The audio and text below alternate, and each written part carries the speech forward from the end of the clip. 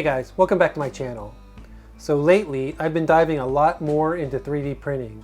And as you can see from my previous videos, I've collected quite a number of 3D printers over the last few months. Now it's been a fun journey, and in all honesty, quite a learning experience. Now two important aspects of 3D printing in order to ensure that the quality of your prints are the best that they can be are: one, make sure you do regular maintenance and cleaning of your 3D printer, and two, make sure you're properly storing and managing the quality of your print material, which in this case is the different types of filament that I'm using. Now when it comes to my 3D printers, maintenance is within my control, and I try to do regular maintenance and cleaning every 1 to 3 months or whenever it's necessary. Now when it comes to properly storing and managing the quality of my filaments, I've been trying to do what I can to make sure that I vacuum seal and store my unused filaments properly. However, that doesn't always ensure that my filament is always in the best condition that it can be. That leads me to the topic of today's video. As you can see from the box in front of me, today we're going to be unboxing and reviewing this filament dryer box from Fixdry. Now, because we can't always control the environment around our print material, this type of device is something that is definitely handy for any 3D print enthusiast. Now I will say though that Fixdry did send this to me to test out, but they aren't paying me to sponsor this and instead want me to share my honest opinion about this dryer box. In addition to that, if you've got this product, definitely let me know in the comment section below what you think of it so I can also share that feedback with them. Stay tuned and we'll check this thing out.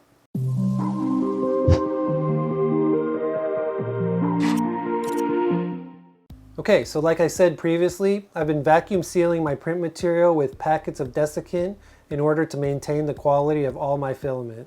Now I've always wanted one of these dehydrating and drying boxes because I know the quality of my print filament is never as good as when I first unsealed the packaging that the filament came in.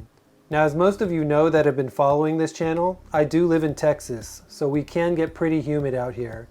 And that in itself already introduces moisture into my print material. Now I could have gone and built my own dry box for storage, but I wanted something that could not only store my print filament, but also give me the opportunity to also dry out and ensure that my print material is the best it can be before I start my print. And who knows, maybe in the future, it'll be something that I DIY on my own. But for now, I'm glad that Fixdry sent this to me to test out. So let's go ahead and start by unboxing this. Okay, so as you can see from the box, it's not a very big device, and in fact, I think it's the same size as my resin curing machine. So not very heavy, not very big, and won't take up that much space. It also says that it fits 99% of filaments. It's got a hot air circulation and built-in fan, which just makes sure that everything is evenly dried.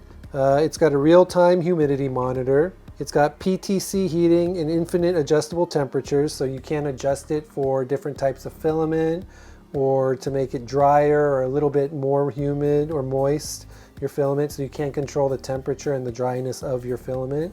And then it's got low working noise, which is always a good thing because you just don't want to make a lot of noise. Although I know 3D printers themselves are a little bit loud. Okay, so let's go ahead and unbox this to see what comes in the box. Okay, it's wrapped like most 3D printing devices and hardware. I will say that it is packaged pretty nicely. So I assume this is probably the lid, the top. Then underneath that you get the main base of the unit itself, which again is nicely packaged in styrofoam just to keep the device safe during shipping, but probably not safe during an unboxing. Okay, so this is the base, so not a huge device. So the front has a LCD panel on it, as well as some tactile push buttons. In this little Ziploc bag, we've got, looks like a filament feeding tube. You've got, I'm not sure what this is. And then you've got your instruction manual. So I think the air inlet is on the bottom, and then there's a heat sink there. Okay, it doesn't really have instructions on how to assemble this, so I'm not sure where this tube goes. I guess it's going to be a trial and error build. Okay, so this is the base for which you rest the filament on, and it just fits right into the 4 holes on the base unit itself. And I'm wondering if this tube allows you to feed filament directly from the device itself. What's nice about this, and something I did not expect, is you can feed, not only can you store filament, but you can feed the filament directly from the device itself by slipping the filament tube in any of the holes in the machine itself or in the cover itself. So there are these rubber gasket holes where you can slide this filament tube feeder in so that you can feed the filament directly from the dry box itself to your 3D printer. So definitely something unexpected, but a very nice feature to have. Okay, so that is the device itself in assembly. Again, fairly easy and not difficult at all. Now, before we get to testing this unit out, what exactly does this filament dryer do? Well, the simple answer is that it's essentially a microwave for your print filament. And the way it works is by heating the filament to a temperature that will remove the moisture it might have absorbed. Now, it does this by making sure that it's heated consistently at the correct temperature all throughout the unit itself. Well, you might be thinking, well, duh, I already know that. But for some of my viewers, they might be new to 3D printing and might not be familiar with this device. I myself am using this for the first time as well. So we'll see how it works and test it out. Now, according to specs, this dryer box from Fixdry is a 110 watt PTC dehydrator and dryer box. Now, PTC, and I just learned about this, means the positive temperature coefficient, which uses an efficient heating technology using ceramics that's not only powerful, but also durable and efficient for heating objects in small spaces. Now, this dryer box itself can accommodate and hold two 1 kilogram spools at a time, or one of the larger spools of filament itself. It's also compatible with pretty much every size type of filament there is, from 1.75 millimeters and up. Now, what's nice, and if we turn this thing on, is that it also has the option for you to adjust the temperature and humidity through the LCD on the front of the device itself. And according to the specs, you can adjust the temperature up to 70 degrees Celsius, as well as set the heating time between 0 to 48 hours to adjust for all different types of filaments. Now, another thing, and we'll probably test this out, is that built into the machine are supposed to be presets for different filament types to take away any guessing games when it comes to keeping your filaments in the best condition they can be. Now, also, the box itself has real-time monitoring of the temperature in the box, which allows you to automatically keep the temperature constant without needing to worry about intervening to adjust and maintain the different conditions, or even the perfect condition. And then lastly, apparently it's also made of fire retardant material, so you don't have to worry about this thing catching on fire or melting, which I doubt is ever going to happen. Okay, so according to the LCD screen, the temperature is 29 degrees Celsius right now inside the box with a 42% of humidity. And I think that's the time below, but you can also set that as a time for it to cycle and work as well. But right now it's showing the actual time. On the bottom here is the mode button, and then on the left side is the plus and minus button for you to either increase the temperature or decrease the temperature, or increase the time or decrease the time as well. See, the mode button lets you cycle between the different things. So you can either adjust the temperature, I guess you can adjust the time as well, or just the amount of time that you want to cycle through. Okay, so before we get into that, let's go ahead and take a look and see if I'm missing anything from an instructions or setup perspective. Okay, so I was mistaken. The presets for the recommended temperatures for the different filament types are not built into the unit itself, but instead in the instructions. So there is a recommended temperature setting for the various different types of filament. So for example, PLA and PVA, the recommended temperature is 50 degrees Celsius and a cycle time or greater or under 4 hours. So you want to make sure that you set the temperature to 50 degrees and it'll continue to maintain the humidity level as well as the temperature for that specific filament in the machine itself. Make sure you do keep the booklet because the recommended temperatures are in there, assuming you're not one of those individuals who likes to experiment. And that data is, of course, based on laboratory experiments and might slightly be in different parameters, such as different environments. So, you know, really, I guess, play around with it. But I mean, you can use the recommended temperatures, but feel free to also make sure you play around with it for what's best in your environment. Okay, so I'm gonna go and test this dryer box out now using filaments that I know have a little bit of moisture in them, and hopefully the results will be a lot better. So for example, right now with one of the filaments that I know has moisture in them, we have this print quality. So you'll notice there's a lot of zits and bubbles in the print object itself. So I'm hoping that by drying that filament, because I've already done maintenance on the machine, which I'll also share in a different video, but hopefully it will improve the print quality of objects such as this using that filament type, which I know has moisture in it. So again, right now this has a lot of lines, a lot of bubbles, a lot of zits on the surface of the print job itself. And hopefully by drying it out, the quality of this print will turn out a lot better. And you know, I've printed a couple of these and they've all got pretty much the same results. So let me get that filament, we'll put it in here and we'll test it out again. Okay, so I have here with me the PLA white that I used to print this module for my new hydroponics towers, as well as this steel blue, which I used to print my Iron Man helmet behind me, or at least parts of it. So this, as you can see, you know, there's some quality issues when it comes to the print, and I know it's not because of the maintenance on my Bamboo Lab 3D printer. So I'm going to test, you know, drying out the filament to see if that fixes at least the quality issues. And then I also had some print issues with this as well after it had been sitting around for a little while as well. So we're going to dry both of these and test them both in this box to see how well or how different the results are when I try to reprint this hydroponic modular piece with the same filament that I used previously. Okay, so we'll go ahead and take this off and we'll put this into the dry box and then the blue as well. And as you can see, they've got rollers inside the machine so that, you know, you can feed the filament directly through the printer from the dry box itself. So again, a nice feature. And we'll go ahead and put the lid back on, seal it down. Now, the recommended temperature for PLA is, yeah, so 50 degrees Celsius.